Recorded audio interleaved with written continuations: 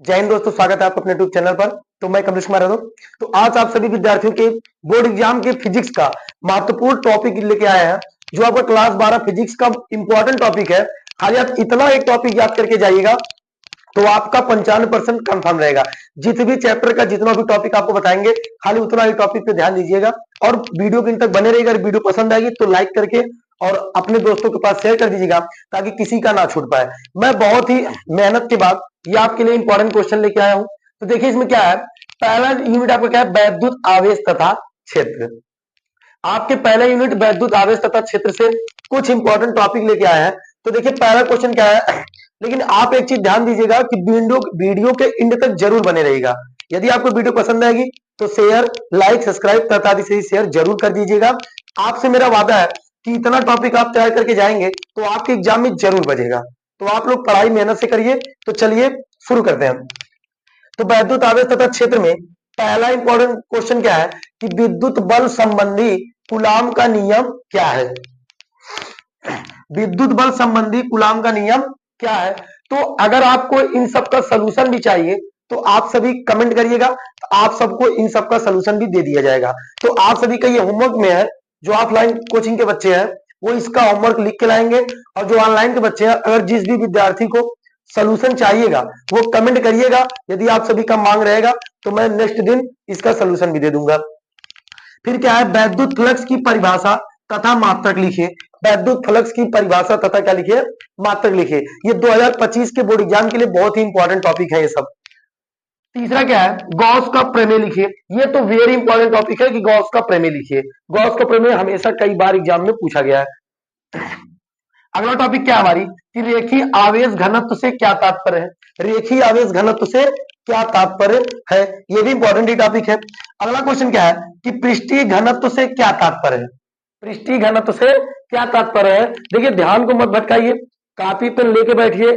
जो भी विद्यार्थी देख रहे हैं इस वीडियो को, वो कॉपी पेन लेकर बैठिए, ताकि इसको आप लिखते भी चलिए।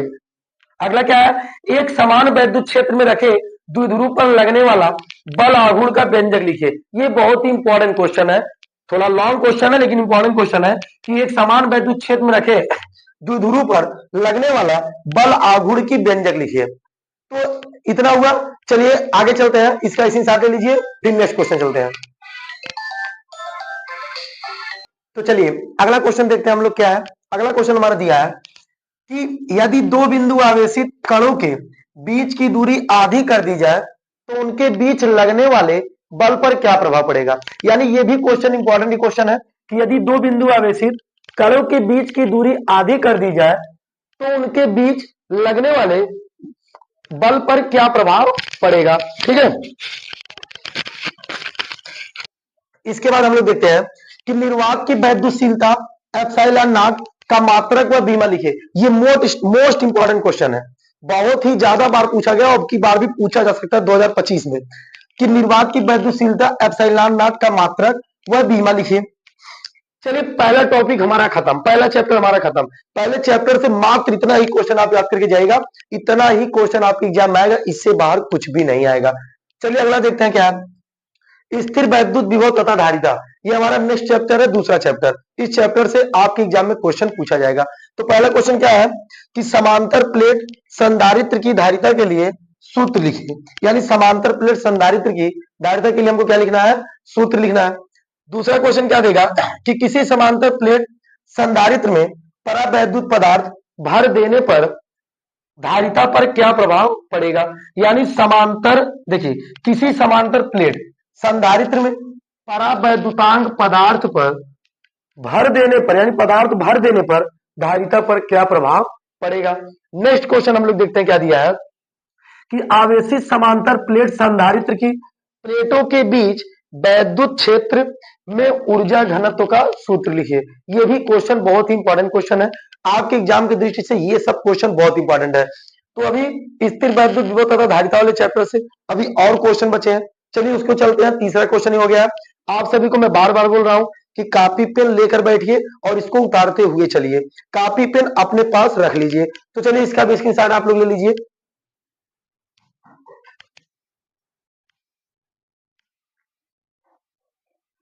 चलिए तब अगला क्वेश्चन देखते हैं। अगला क्या है, परावैद्युत पदार्थ क्या है? परावैद्युत पदार्थ क्या है? ये भी बाबू आपके एग्जाम में बहुत ही इंपॉर्टेंट क्वेश्चन है। अब देखिए महत्वपूर्ण 3 नंबर वाले प्रश्न को हम लोग देखते हैं। इतने महत्वपूर्ण 3 नंबर के वाले प्रश्न होते हैं कि किसी आवेशित संधारित्र की स्थितिज ऊर्जा के लिए व्यंजक प्राप्त कीजिए। ये इंपॉर्टेंट क्वेश्चन है कि किसी आवेशित संधारित्र की स्थिति ऊर्जा के लिए क्या करना है हमको? व्यंजक प्राप्त करना है। चलिए अगला देखते हैं कि विलगित गोली चालक की धारिता के लिए व्यंजक प्राप्त कीजिए। यानी विलगित गोली चालक की धारिता के लिए हमको क्या करना है? व्यंजक प्राप्त करना है।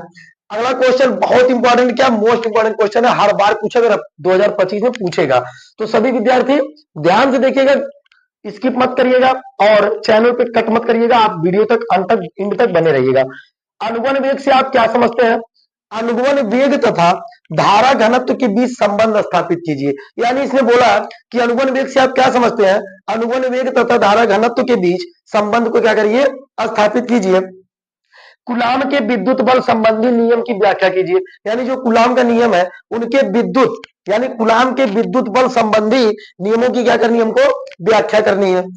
फिर क्या है, एक समान विद्युत क्षेत्र में एक द्विध्रुव आघूर्ण पर लगने वाले बल आघूर्ण का क्या करिए?